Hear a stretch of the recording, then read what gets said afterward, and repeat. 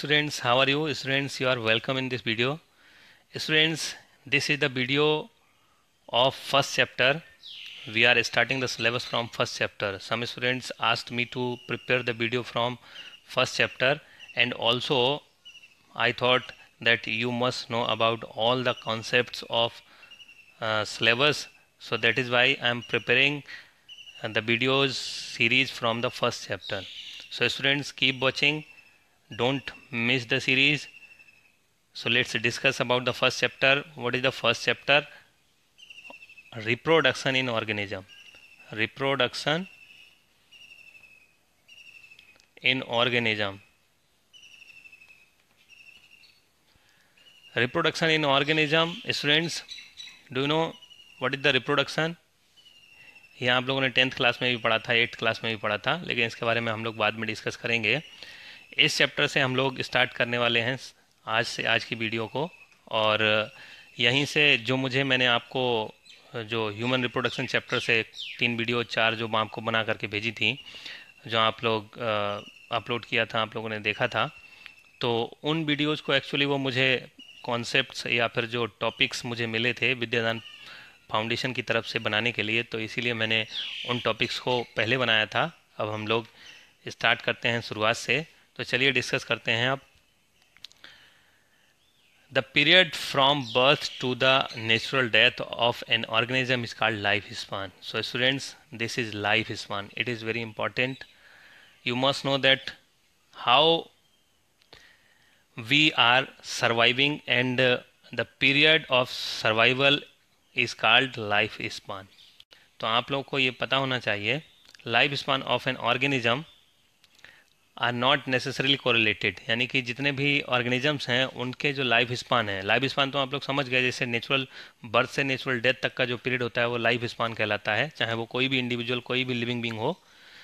और जितने भी लिविंग बींग होते हैं उनके जो जितने भी लिविंग बींग के साइज़ होते हैं, उन साइज़ के बेस पर हम उनके लाइफ स्पान को डिस्क्राइब नहीं कर सकते, क्योंकि कोई ऑर्गेनिज्म साइज़ में बहुत बड़ा होता है, कोई ऑर्गेनिज्म साइज़ में बहुत छोटा होता है, फिर भी उनके लाइफ स्पान में बहुत वेरिएशन मिलता है. तो वही बात हम लोग डिस्कस करने वाले हैं. ये सारे कॉन्सेप्ट मैंने एनसीईआरटी से लिए हैं और इनको डिटेल से आप लोगों को डिस्क्राइब कर रहा हूँ. तो इसलिए स्टूडेंट इसको इम्पोर्टेंट समझिए. आपके नीट और एम्स एग्जाम्स में भी यहाँ पर क्वेश्चन देखने को मिलते हैं. तो चलिए डिस्कस करते हैं. Life span of organisms are not necessarily correlated with their size. For example, the sizes of crows and parrots are not very different at their lifespans, so a by difference. Similarly, a mango tree has a much shorter lifespan as compared to the peepal tree. आप लोग जानते हैं कि कोई भी, जैसे अगर हम लोग देखें कि मैंगो और पीपल को ले लें, तो मैंगो का साइज़ कम रह जाता है और पीपल का साइज़ बहुत ज़्यादा हो जाता है. तो पीपल का जो लाइफ स्पान है वो बहुत ज़्यादा होता है, मैंगो का लाइफ स्पान कम होता है. तो उस बेसिस पर अगर हम लोग देखें कि जिसका साइज़ कम है उसका लाइफ स्पान भी कम होना चाहिए, जिसका साइज़ ज़्यादा है तो लाइफ स्पान ज़्यादा होना चाहिए. लेकिन ऐसा हर केस में नहीं होता है, या हर लिविंग बींग के केस में नहीं होता है, जो आप यहाँ पर पीपल और मैंगो के केस में देख रहे हैं. जैसे हम लोग क्रो और पैरट के बारे में बात करें, तो पैरट और क्रो लगभग एक ही साइज़ के होते हैं, लेकिन इनके लाइफ स्पान बहुत वेरी करते हैं. जबकि क्रो का लाइफ स्पान कम और पैरट का लाइफ स्पान बहुत ज़्यादा होता है, अबाउट 140 ईयर्स होता है. So do you know why do we say there is no natural death in single celled organism. Single celled organism जो होते हैं उनमें कोई मतलब डेथ कॉज नहीं होती है, उनको हम लोग इमोर्टल कहते हैं. एक क्वेश्चन बहुत पॉपुलर है, immortal. Why the unicellular organisms are immortal. तो इमोर्टल होते हैं, क्यों होते हैं, ये आगे बस देखते जाइए वीडियो को, आपको इस क्वेश्चन का आंसर मिल जाएगा. क्योंकि मैं अपनी तरफ से नहीं बताना चाह रहा हूँ आपको, आप खुद आंसर को ढूंढें, इसीलिए. सो स्टूडेंट्स, चलिए आगे डिस्कस करते हैं. अब ये देखिए, कुछ इंडिविजुअल हैं, उनके लाइफ स्पान हैं दिए हुए. आप यहाँ पर ये वाला जो देख रहे हैं, ये आपका एनसीईआरटी में दिया हुआ है, तो उसके लाइफ स्पान यहाँ पर हैं. इनमें से 2 एक एडिशनल यहाँ पर दिए हुए हैं. तो ये सारे लाइफ स्पान हैं, आप इनको देख सकते हैं. जैसे आपका काव हो गया 18 to 22 ईयर इसका लाइफ स्पान. जो आपका ये टर्टल होता है, इसका लाइफ स्पान 80 to 120 ईयर्स होता है. Elephant 60 to 70 years. Crocodile 70 to 100 years. Rose 5 to 7 years. इसी तरह से आपका अबाउट 200 ईयर्स जो क्रिसमस ट्री. और आपका जो पैरट है वो 80 टू 150 ईयर, 28 डेज का लाइफ स्पान किसका होता है, ये आप जो देख रहे हैं किसका, हाउस फ्लाई का। फिर इस तरह से आप यहाँ पर देखेंगे बनाना ट्री का 10 टू 15 ईयर होता है, और जो आपका ये बटरफ्लाई का लाइफ स्पान 8 टू 12 मंथ्स होता है। इसी तरह से आपका 10 टू 22 ईयर क्रो का लाइफ स्पान होता है। तो आप देखिए क्रो और पैरट में कितना वेरिएशन है, जबकि इनका साइज लगभग सेम है। तो वही यहाँ पर भी आप लोग देख सकते हैं, बनियान ट्री जो है उसका लाइफ स्पान 200 टू 300 ईयर्स तक होता है। इसी तरह से अगर हम लोग हॉर्स का देखें तो ये आपका अबाउट 50 ईयर्स होता है। तो ये बहुत सारे जो लिविंग बींग हैं इनका लाइफ स्पान अलग अलग हैं। आप इसका स्क्रीनशॉट लेकर के डिटेल में नोट्स भी बना सकते हैं और समझ भी सकते हैं। तो चलिए आगे बढ़ते हैं स्टूडेंट्स। अब बात करते हैं रिप्रोडक्शन के बारे में। रिप्रोडक्शन क्या है? Reproduction is the biological process by which new individual organism, जिसको हम लोग ऑफस्प्रिंग कहते हैं, are produced from their parents. यानी कि जब कोई ऑफस्प्रिंग या कोई नया इंडिविजुअल अपने पेरेंट्स से बनता है तो इसी प्रोसेस को हम लोग क्या कहते हैं, रिप्रोडक्शन कहते हैं। Reproduction is the fundamental feature of all known life. जितने भी लिविंग बींग हैं या जिनमें लाइफ एग्जिस्ट करती है तो ये उनका एक करेक्टरिस्टिक है, लिविंग का करेक्टरिस्टिक है reproduction. Each individual organism exist as the result of reproduction. यानी कि कोई भी जो ऑर्गेनिज्म है तो उस ऑर्गेनिज्म यानी लिविंग इंडिविजुअल का जो एग्जिस्टेंस है तो रिप्रोडक्शन की वजह से ही पॉसिबल है। या हम लोग ऐसे भी रिप्रोडक्शन को डिफाइन कर सकते हैं, reproduction is the biological process by which living being can make their existence on the earth. यानी कि अगर रिप्रोडक्शन प्रोसेस नहीं होगा तो एक पीढ़ी के बाद दूसरी पीढ़ी लिविंग बीइंग की नहीं आएगी, उनका एग्जिस्टेंस खत्म हो जाएगा। Types of reproduction, there are basically 2 types of reproduction, आप बहुत अच्छे से जानते ही हैं। एक number 1 asexual reproduction, number 2 sexual reproduction. तो अब हम यहाँ पर इस वीडियो में जो डिस्कस करने वाले हैं एसेक्सुअल रिप्रोडक्शन के बारे में डिस्कस करेंगे। उसके मोड्स के बारे में केवल नाम पढ़ेंगे और उसके बाद एक मोड जो है बाइनरी फिजन और मल्टीपल फिजन, यानी कि फिजन को हम डिटेल से इस वीडियो में पढ़ने वाले हैं। तो चलिए आगे बढ़ते हैं और बढ़ते हैं एसेक्सुअल रिप्रोडक्शन क्या होता है। एसेक्सुअल रिप्रोडक्शन जो है it is the mode of reproduction, जो हम कह सकते हैं which only a single organism is involve in this process. जो एक सिंगल ऑर्गेनिज्म इस प्रोसेस के थ्रू एक नए इंडिविजुअल को फॉर्म करता है। यानी हम कह सकते हैं it is the mode of sexual reproduction in which only single parent is required for the formation of offspring. यानी कि ऑफस्प्रिंग के फॉर्मेशन के लिए एक सिंगल पेरेंट की ही जरूरत होती है। ए sexual reproduction does not involve the fusion of gametes. Gametes का फ्यूजन इसमें नहीं होता है, यह आप जानते ही हैं। नहीं जानते हैं तो समझ लीजिए। Therefore the offspring produced are the genetically identical to the parent. क्यों? क्योंकि दो पेरेंट जब ऑफस्प्रिंग का फॉर्मेशन करते हैं तो इन दोनों पेरेंट्स की इंटरमिंगलिंग होती है, इनके करेक्टर्स आपस में मिक्स हो जाते हैं। तो जो हमारा ऑफस्प्रिंग बनता है वो पेरेंट्स के जैसा तो होता है लेकिन उसमें एक अपनी यूनिकनेस भी होती है। जैसे आप देखिए इनके जैसा तो है लेकिन थोड़ा सा अपने आप में ये यूनिक है। तो यूनिक है तो इसीलिए वेरिएशन दिखाई पड़ते हैं। लेकिन एसेक्सुअल रिप्रोडक्शन का जो प्रोडक्ट होता है या ऑफस्प्रिंग बनती है एसेक्सुअल रिप्रोडक्शन में, these are the identical, genetically identical to their parent. The organism produced by the asexual reproduction are less diverse in nature। यानी कि जो जितने भी लिविंग बीइंग एसेक्सुअल रिप्रोडक्शन के थ्रू बनते हैं तो उनमें ज़्यादा डाइवर्सिटी नहीं होती है, वो एक जैसे ही दिखते हैं। This type of reproduction is practised widely by the unicellular organism.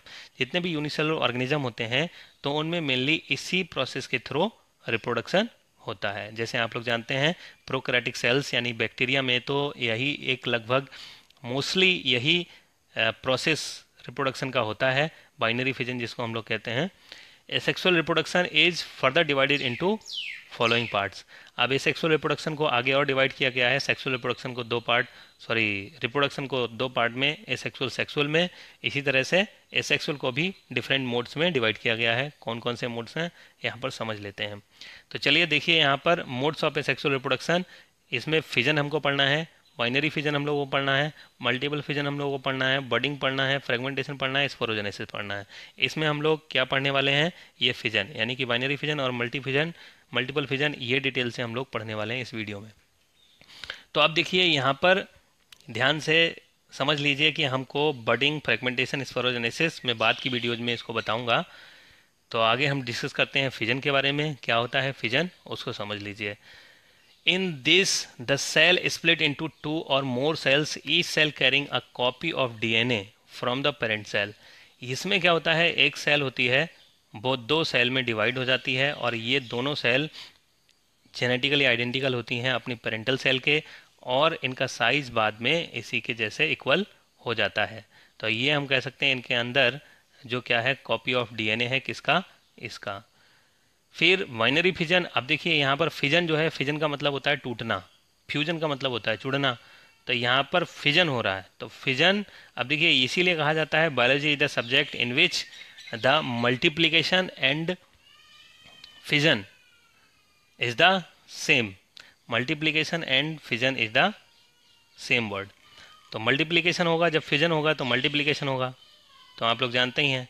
इसी तरह से बाइनरी फिजन और मल्टीपल फिजन, इसके दो टाइप होंगे। तो पहले हम बाइनरी फिजन के बारे में बात करते हैं। Binary fission results in the reproduction of a living prokaryotic cell and some eukaryotic cell.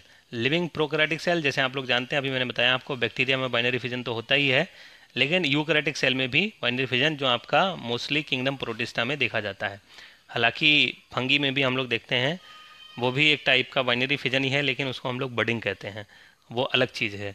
तो यहाँ पर हम लोग कह सकते हैं यूकैरियोटिक सेल जिसमें किंगडम प्रोटिस्टा के एनिमल्स बाइनरी फिजन परफॉर्म करते हैं, लेकिन जितने भी प्रोकैरियोटिक ऑर्गेनिज्म में प्रोकैरियोटिक सेल्स होते हैं वो बाइनरी फिजन परफॉर्म करते हैं। By dividing the cell into two parts each with the potential to grow to size of the original, यानी कि उसमें जो नई सेल्स बनती हैं उनमें पोटेंशियल होता है ग्रो करने का, जो जस्ट लाइक पेरेंटल सेल, या फिर इसमें पोटेंशियल होता है to give rise to cells. तो आप लोग देख सकते हैं कि इसका एग्जाम्पल क्या है, बैक्टीरिया एंड अमीबा। तो बाइनरी फिजन को ध्यान से समझ लीजिए। अब देखिए एक चीज़, बाइनरी फिजन होगा तब जो है लिविंग बींग को हम लोग क्या कहेंगे, इमोर्टल कहेंगे। क्यों कहेंगे इमोर्टल, इसको मैं आपको क्लियर कर देता हूँ जो आपका क्वेश्चन था।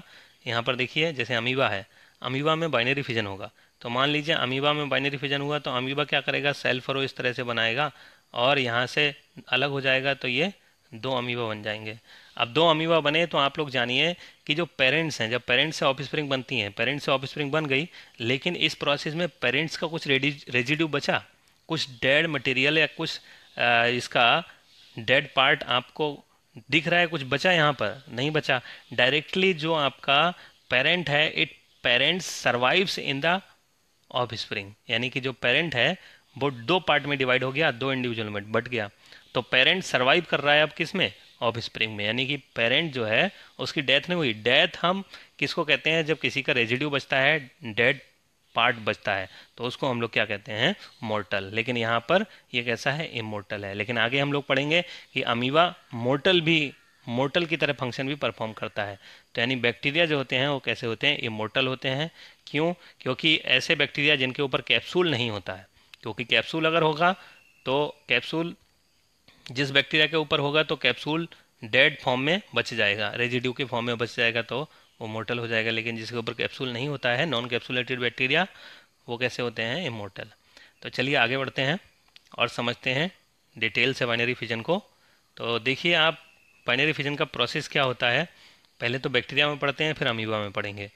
तो बाइनरी फिजन, इसमें ये स्टेप्स हैं 5। उन 5 स्टेप्स में prokaryotic sales contains DNA in a coiled chromosome without a nucleus. तो ये तो आप लोग जानते हैं, प्रोकैरियोटिक सेल वही होती है जिसमें न्यूक्लियस नहीं होता। तो जितना भी क्रोमोसोम या क्रोमोसोमल मटेरियल होता है वो इस तरह से कॉइल्ड फॉर्म में पड़ा होता है विदाउट न्यूक्लियस के।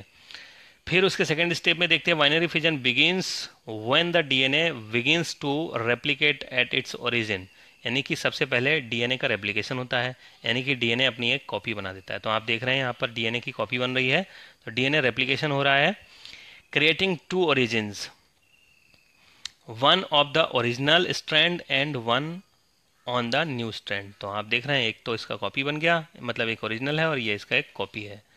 फिर इसके बाद क्या होगा, the origin on the new strand quickly moves to the opposite end of the cell and the cell organelle elongates. अब यहाँ पर ये दोनों पोल पर मूव करने लगते हैं, सेल जो होती है वो इलोंगेट करने लगती है। आप देख रहे हैं यहाँ पर इलोंगेशन ज़्यादा हो गया है। नेक्स्ट देखते हैं, the DNA segregates to opposite ends of the cells when replication is completed and the cell pinches inwards at the middle। अब देखिए यहाँ पर क्या होने लग गया, यहाँ पर सेल जो है वो पिंच हो रही है, अंदर की तरफ धस रही है, यानी कि अंदर एक फरो बन रही है, सेल कॉन्स्ट्रिक्ट कर रही है यहाँ से मिडिल से। तो जब मिडिल से कॉन्स्ट्रिक्ट करेगी तो इसको हम लोग क्या कहते हैं, वैसे तो हम लोग सेल फरो कहते हैं। फिर इसके बाद क्या होगा, यहाँ पर धीरे धीरे पहले तो क्या हो गया, यहाँ पर कैरियोकाइनेसिस हो गया। कैरियोकाइनेसिस का मतलब जो इसका क्रोमोजोम था वो बट गया, तो उसको कैरियोकाइनेसिस कहते हैं। लेकिन अब इसका साइटोप्लाज्म बट रहा है तो इसको साइटोकाइनेसिस कहते हैं। Cytokinesis it is the division of cytoplasm. तो साइटोकाइनेसिस हो रहा है forming two daughter cells each of which is a complete organism. तो आप देख ही रहे हैं यहाँ पर क्या हो गया, दो ऑर्गेनिज्म बन गए। तो इस तरह से बाइनरी फिजन बैक्टीरिया में होता है। अब बात करते हैं कि अमीबा में बाइनरी फिजन कैसे होता है, तो उसको समझ लीजिए आप लोग। यहाँ से देखिए अमीबा में बाइनरी फिजन इस तरह से होता है जो आप लोग पहले से पढ़ते आ रहे हैं। देखिए यहाँ पर अमीबा तो इरेगुलर इन शेप होता है, उसका कोई शेप होता नहीं है। तो यहाँ पर पेरेंटल अमीबा है जिसके अंदर एक न्यूक्लियस है। सबसे पहले वही प्रोसेस होगा कैरियोकाइनेसिस जो आपको मैंने बताया है, यानी इसके अंदर न्यूक्लियस है तो क्रोमोजोम कहाँ होंगे, न्यूक्लियस के अंदर। तो ये न्यूक्लियस के अंदर क्या होंगे, क्रोमोजोम होंगे। तो क्रोमोजोम सबसे पहले डिवाइड करेंगे, यानी डीएनए डुप्लीकेट करेगा, रेप्लिकेट करेगा, अपनी कॉपी बनाएगा। तो इस तरह से यहाँ पर इलोंगेशन होने लगेगा न्यूक्लियस का, और फाइनली जो है वो ग्रुप बन जाएगी न्यूक्लियस में भी, और किस में बन जाएगी, ऊपर से सेल की मेम्ब्रेन में भी। क्योंकि अमीबा में जो यहाँ पर साइटोकाइनेसिस और जो कैरियोकाइनेसिस है वो लगभग एक साथ होने लगते हैं। तो यहाँ पर देखिए अब फाइनली क्या हुआ, साइटोकाइनेसिस तो बाद में होगी, लेकिन पहले तो क्या हो गया, कैरियोकाइनेसिस हो गया। स्टार्ट दोनों प्रोसेस सेम हुए थे, साथ हुए थे, लेकिन यहाँ पर कैरियोकाइनेसिस पहले हो गया, बाद में साइटोकाइनेसिस हो गया।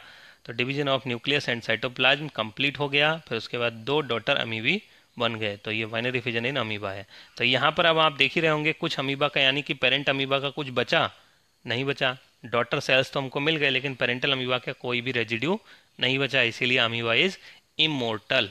तो इमोर्टल होता है इस केस में अमीबा। अब बात करते हैं नेक्स्ट कि मल्टीपल फिजन क्या होता है। तो मल्टीपल फिजन के बारे में बात कर लेते हैं। देखिए क्या होता है मल्टीपल फिजन, लेकिन उससे पहले मुझे लग रहा है कि इसके बारे में डिस्कस करना जरूरी है, बाइनरी फिजन और माइटोसिस, सेल डिवीजन। क्यों? क्योंकि आप लोग जानते हैं कि सेल डिवीजन में भी तो यही होता है, एक सेल दो सेल में डिवाइड हो जाती है, तो इसको हम लोग माइटोसिस सेल डिवीजन कहते हैं। तो cell division, mitosis cell division में और बाइनरी फिजन में क्या डिफरेंस है, इसको बहुत इंपॉर्टेंट समझ करके नोट करना है स्टूडेंट्स, क्योंकि ये बहुत काम की चीज़ है। Binary fission is different from the mitosis because prokaryotic cells do not have a true nucleus. Because prokaryotic cells do not have a true nucleus like eukaryotes. Also, there is no mitotic spindle formation in the nucleus and during binary fission. आप लोग समझ गए। देखिए कैसे, अगर आपको समझ में नहीं आया तो यहाँ देखिए, यहाँ पर प्रोकैरियोट्स जो होते हैं, प्रोकैरियोट्स के अंदर न्यूक्लियस नहीं होता। तो न्यूक्लियस जब उसके अंदर नहीं होता तो स्पिंडल फॉर्मेशन नहीं होगा। आपने 11th क्लास में पढ़ा होगा सेल डिवीजन, मैंने आपको पढ़ाया था, तो आप लोगों ने 11th क्लास का सेल डिवीजन पढ़ा होगा। स्पिंडल फॉर्मेशन इस तरह से होता है और क्रोमोजोम इस तरह से इस पर अटैच होते हैं।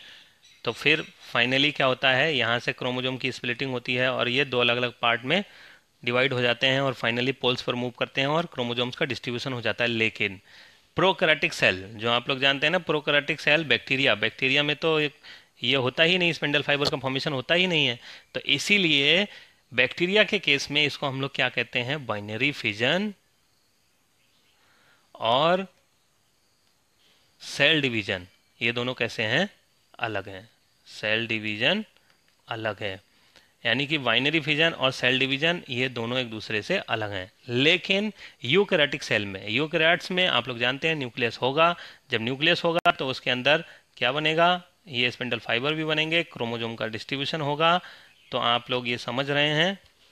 इस तरह से यूनिसेलुलर ऑर्गेनिज्म के केस में हम लोग कह सकते हैं cell division and the mitosis cell division and binary fission are same process. तो इसको हम लोग यूकैरियोट्स में कह सकते हैं, लेकिन प्रोकैरियोट्स में नहीं।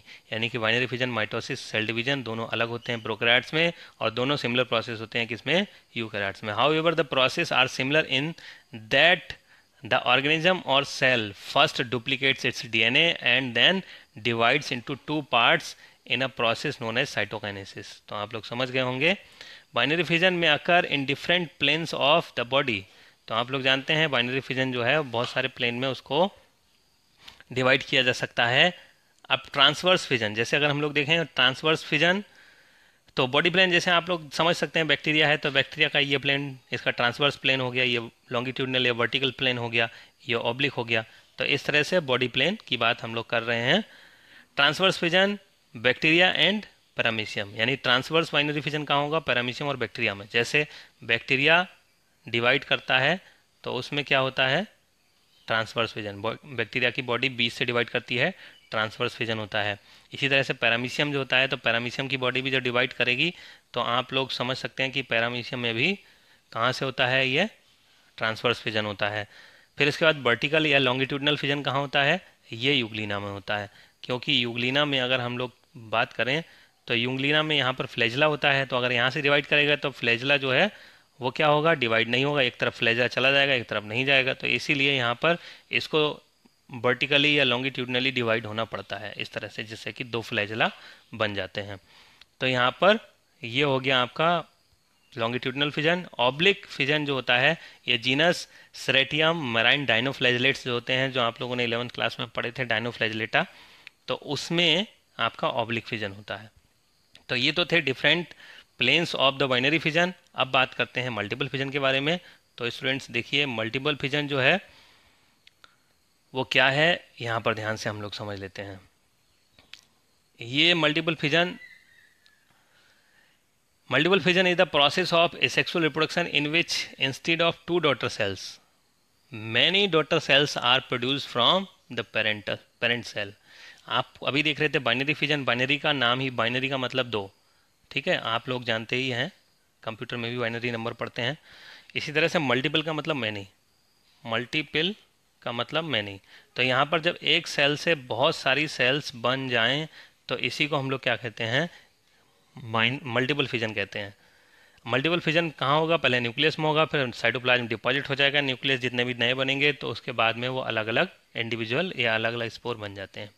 इन this the nucleus undergoes repeated division to produce a large number of nuclei. आप समझ रहे हैं, जैसे एक का न्यूक्लियस है, जब ये डिवाइड करेगा तो बहुत सारे न्यूक्लियस एक सेल के साइटोप्लाज्म में बन जाएंगे, तो मल्टीपल न्यूक्लियाई बन जाएंगे। Each nucleus along with little bit cytoplasm, अब साइटोप्लाज्म के चारों तरफ डिपॉजिट हो जाएगा, हर न्यूक्लियस के चारों तरफ इस तरह से, और फाइनली क्या होगा, ये बहुत सारी सेल्स बन जाएंगी एक ही सेल से।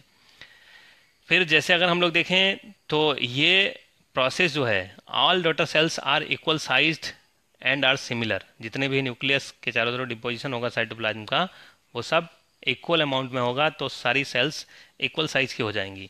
तो इसके एग्जांपल जैसे क्या है, plasmodium, true slime molds, myxomycetes exhibits this type of asexual reproduction. ये कैटेगरी है प्लाज्मोडियम, जिस कैटेगरी में रखा जाता है, फंगस की कैटेगरी है स्लाइम मोल्ड्स, मिक्सोमाइसीट्स।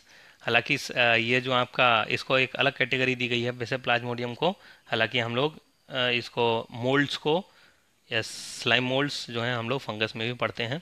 तो मल्टीपल फिजन इन अमीबा, तो मल्टीपल फिजन की हम लोग अगर बात करें तो अमीबा में मल्टीपल फिजन कैसे होता है और कब करता है, क्योंकि जब अमीबा बाइनरी फिजन से रिप्रोड्यूस कर सकता है तो मल्टीपल फिजन से क्यों करता है, तो उसके बारे में हम लोग समझते हैं। Amoeba divides binary fission by binary fission, but multiple fission कब करता है, the unicellular organism reproduce by the multiple fission when the conditions are unfavourable with no proper amount of food, moisture and temperature. In this the organism forms a cyst around itself। यानी कि इस condition में क्या होता है, amoeba को जब food नहीं मिलता है तो अमीबा पहले से ही कंडीशन को समझने लगता है और फूड को स्टोर करने लगता है सेल के अंदर, और चारों तरफ एक कवरिंग बना लेता है, और इस कवरिंग वाले अमीबा को, कवरिंग को हम लोग कहते हैं सिस्ट। तो सिस्ट कहते हैं, और ये सिस्ट जब अमीबा अंदर क्या करने लगता है, इसका न्यूक्लियस मैच्योर करने लगता है और डिवाइड करने लगता है, इस तरह से बहुत सारे अमीबी इसके अंदर जब बन जाते हैं तब ये सिस्ट फट जाती है और सारे अमीबा यहाँ से रिलीज हो जाते हैं। चलिए एक डायग्राम की हेल्प से इसको समझ लेते हैं। तो देखिए इसमें हम लोग यहाँ पर समझ लेते हैं डिटेल से। ये देखिए आपका दोनों ही डायग्राम मैंने यहाँ पर आपको रिप्रेजेंट किए हैं। प्लाज्मोडियम में मल्टीपल फिजन कैसे होता है, यहाँ पर इसको हम लोग जो प्लाज्मोडियम का एक जब मल्टीपल फिजन करने वाला एक ऑर्गेनिज्म होता है उसको हम लोग साइजोइड कहते हैं। ये डॉटर न्यूक्लियाई बनने लगते हैं, डॉटर न्यूक्लियाई के चारों तरफ साइटोप्लाज्म डिपॉजिट होने लगता है, फिर मीरोजॉइड्स बनने लगते हैं। और ये आप लोग अभी पढ़ोगे जो पूरा प्लाज्मोडियम की लाइफ साइकिल आप लोग ह्यूमन हेल्थ एंड डिजीज में पढ़ने वाले हो 12th क्लास में, तब आप लोग वहाँ पर अच्छे से समझ जाएंगे मीरोजॉइड क्या होते हैं, साइजोइड क्या होते हैं, ये सब समझ जाएंगे। अभी यहाँ पर हम लोग समझते हैं कि अमीबा में मल्टीपल फिजन कैसे होता है। तो देखिए अमीबा जो है अपने चारों तरफ सिस्ट बना लेता है। ये कवरिंग आपको ब्लैक कलर की दिखाई दे रही है। अंदर वही न्यूक्लियस क्या करेगा, बहुत सारे न्यूक्लियाई बनाएगा, साइटोप्लाज्म डिपॉजिट हो जाएगा और बहुत सारे अमीबी बन जाएंगे। जब इसके अंदर वो मैच्योर हो जाएंगे तो सिस्ट फट जाएगी और ये सब रिलीज हो जाएंगे। तो ये तो था आपका मल्टीपल फिजन। तो स्टूडेंट्स हमने कहा था इस वीडियो में हम डिस्कस यही करेंगे केवल मल्टीपल फिजन तक। आगे नेक्स्ट वीडियो में मैं आपको बडिंग बताऊंगा, फ्रेगमेंटेशन बताऊंगा। तो इस वीडियो में इतना ही। स्टूडेंट्स वीडियो आपको कैसी लग रही है, समझ में आ रहा है या नहीं आ रहा है, आप इसको अच्छे से क्लियर हो पा रहा है नहीं। मैं थोड़ा सा स्पीड में इसलिए हूँ क्योंकि वीडियो ज़्यादा लंबा ना हो, आपको ज़्यादा से ज़्यादा कम वीडियो में डिलीवर कर पाऊँ, क्योंकि बड़ा वीडियो अपलोड करने में प्रॉब्लम होती है, इसीलिए थोड़ा सा स्पीड ज़्यादा तेज़ है। अगर आपको ज़्यादा तेज़ लग रही है, समझ में नहीं आ रहा है या फिर कोई भी प्रॉब्लम है तो आप मुझे कमेंट में लिख करके ज़रूर बताइए। स्टूडेंट्स ज़्यादा से ज़्यादा शेयर और सब्सक्राइब करिए। Thank you.